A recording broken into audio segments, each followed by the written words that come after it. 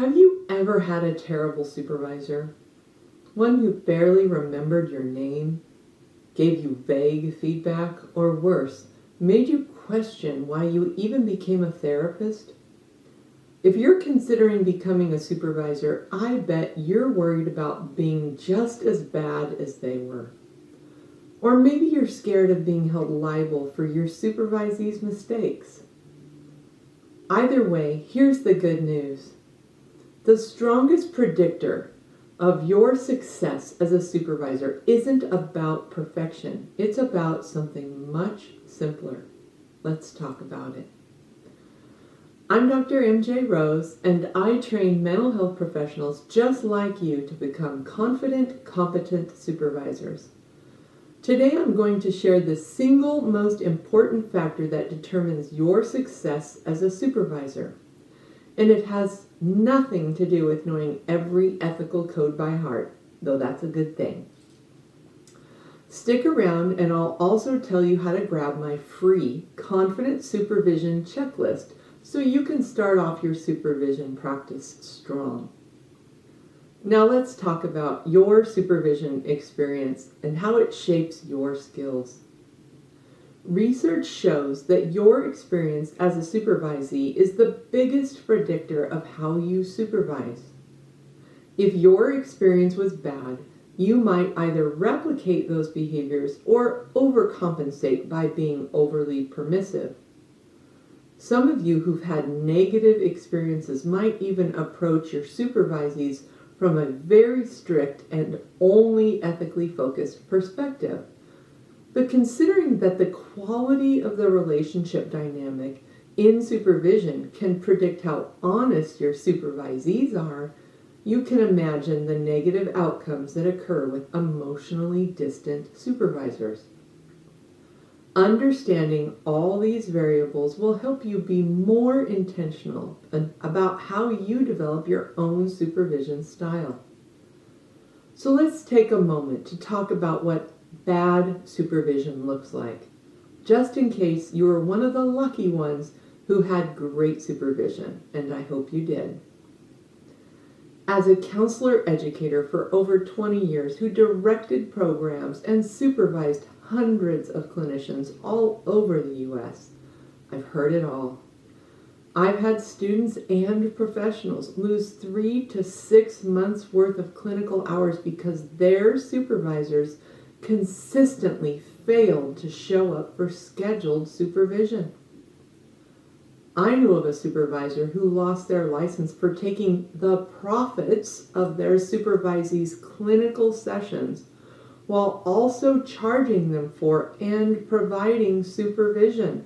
Yep, that's a dual relationship and it's unethical. I can think of several supervisors who failed to keep supervision notes. Yes, also a requirement. But worse, some of those folks made up fictional notes when asked to provide their notes to licensure boards. Major whoops. And sadly, I can think of way too many supervisors who started romantic relationships with their vulnerable supervisees. Sadly, these kinds of reports are not extraordinary examples. Yes, there are some supervisors who are simply just bad or ignorant or undereducated about their role.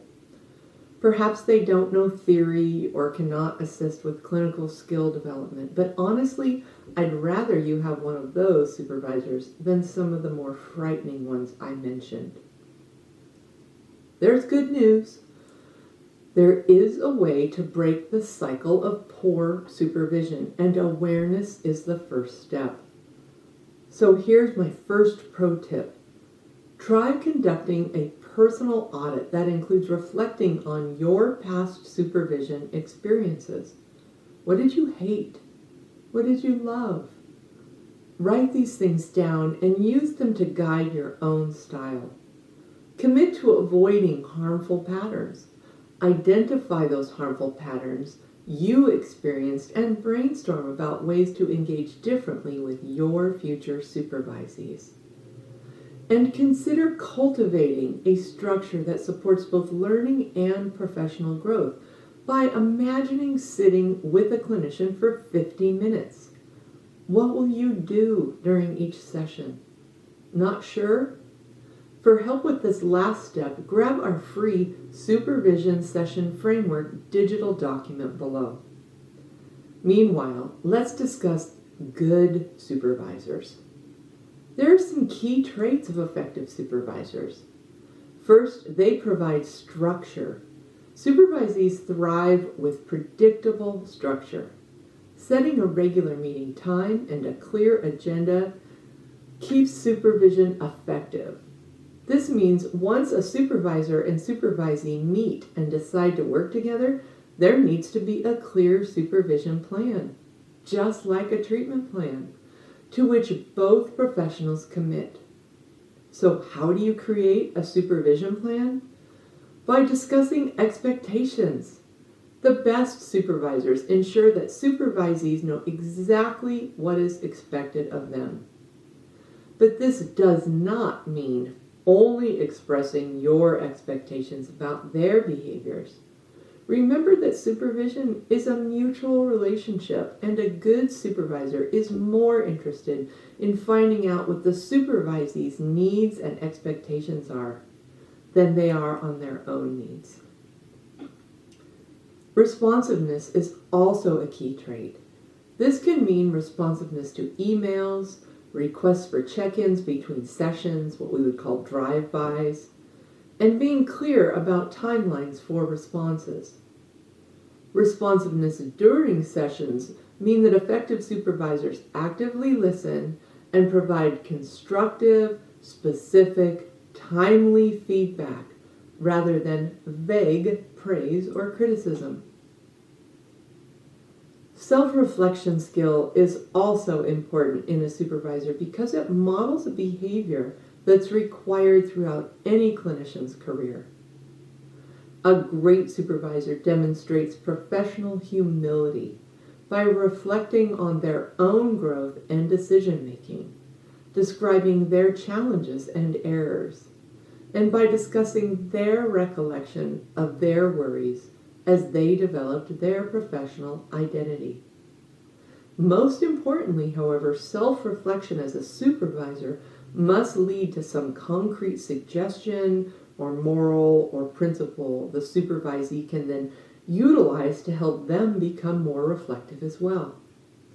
This is what makes the modeling of self-reflective skill different from simple self-disclosure.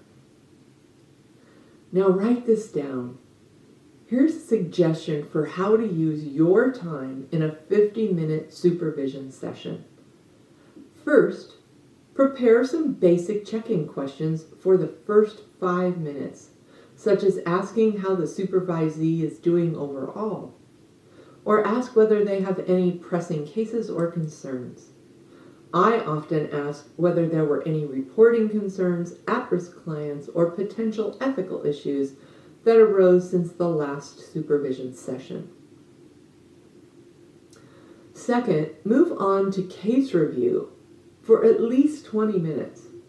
This can be one difficult case that needs specific attention or a series of cases that highlight a topic, skill, or client population with which the clinician is either struggling or having great success. And make sure you allow time for clinicians to talk about both their successes and their growth edges. Third, and here's where you refer back to that supervision plan, focus on skill development. This is an awesome spot, by the way, for me to offer another pro tip. If your supervisee is not sure which skills to work on and how you are going to evaluate them, why don't the both of you take a look at the Counselor Competency Scale Revised? This instrument describes basic skills and professional dispositions with evaluation criteria. When developing the supervision plan, let your supervisee know you'll work together to develop the skills you choose to focus on, and you'll provide opportunities either through direct observation of their work, your viewing of session recordings, or their real-time role-playing to demonstrate the chosen skills. This can be intimidating for new supervisees at first, so try to keep this down to 10 minutes or so. Fourth, utilize the next 10 minutes toward the supervisee's growth. Offer clear feedback about their development. Demonstrate the skills they need to develop and at the level you want them developed. And discuss any methods they can use to work toward mastery of those clinical skills. Fifth, focus on ethical analysis through the repeated use of an ethical decision-making model.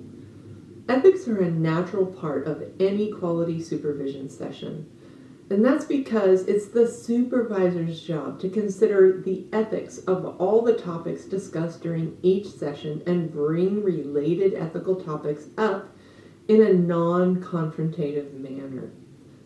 Your job is to challenge the supervisee to consider the nuances of ethics.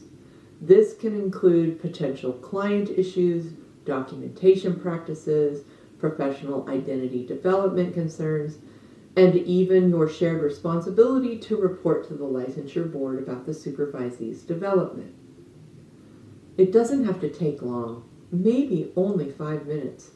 But if a significant ethics issue arises, it's okay to bump some of the other content to spend more time in this area. And see the link below to our course, Confidence in Ethical Decision Making, which teaches the use of a simple ethical decision-making model. Sixth, just a few minutes wrapping it up is all it takes to recap key takeaways and assign follow-up tasks or readings. Remember that at the beginning of the next session, during check-in, you should start by following up to see if they completed their tasks or homework. Now, if a step-by-step guide would be useful for you, remember to grab that supervision session framework freebie linked below. I cannot reiterate enough how important it is to develop a proactive plan and create a clear, repeatable structure so you don't unwittingly repeat any negative supervision experiences you might have had. So here's one more pro tip, and it's based on decades of experience as a clinical supervisor. Make your supervisees accountable for their success in supervision. They should be working at least as hard as you, if not harder. When a clear supervision plan is in place and you've agreed upon a structure for each session, make it clear to your supervisee that they are accountable to bring the content, attend to the topics, watch the time, and proactively address important concerns. This will not absolve you, dear supervisor, of your responsibility to be a few steps ahead, but it does send a clear message to the supervisee that they must be accountable for their own professional growth by showing up prepared for every single session. Now, this video focused on how to avoid some major pitfalls that may have plagued your supervision experiences. If you want to take the next step to improve your understanding of how supervision significantly differs from counseling, make sure to watch the video titled "Supervision is Not Just Therapy for Therapists." And if you're thinking about becoming a supervisor, well, good for you. For a full roadmap on becoming an excellent supervisor, check out my comprehensive cutting-edge clinical supervision course linked below. It offers a free preview and video trailer. This 30 credit hour NBCC approved training course for supervisors covers 9 different supervision models with video demonstrations from yours truly. It addresses supervisory relationship management, has lots more detail on structuring supervision, provides video of management of 3 types of supervisees from super easy to very difficult, and addresses management of liability and ethical concerns. It also includes an extensive free workbook you can easily use in the supervision session to prepare for and work with your supervisees. And if you email us at info@thecounseloredge.com and include your favorite pro tip from this video, we'll send you a discount code so you can take the course at an amazing 50% off. And remember to check out all the videos about supervision for our other pro tips that might help you determine if you're ready for this phase in your career. And remember, the number one predictor of your behavior as a supervisee or supervisor is your experience as a supervisee. So the number one factor that's going to make you a good supervisor is learning how to supervise properly so you don't repeat the mistakes you experience.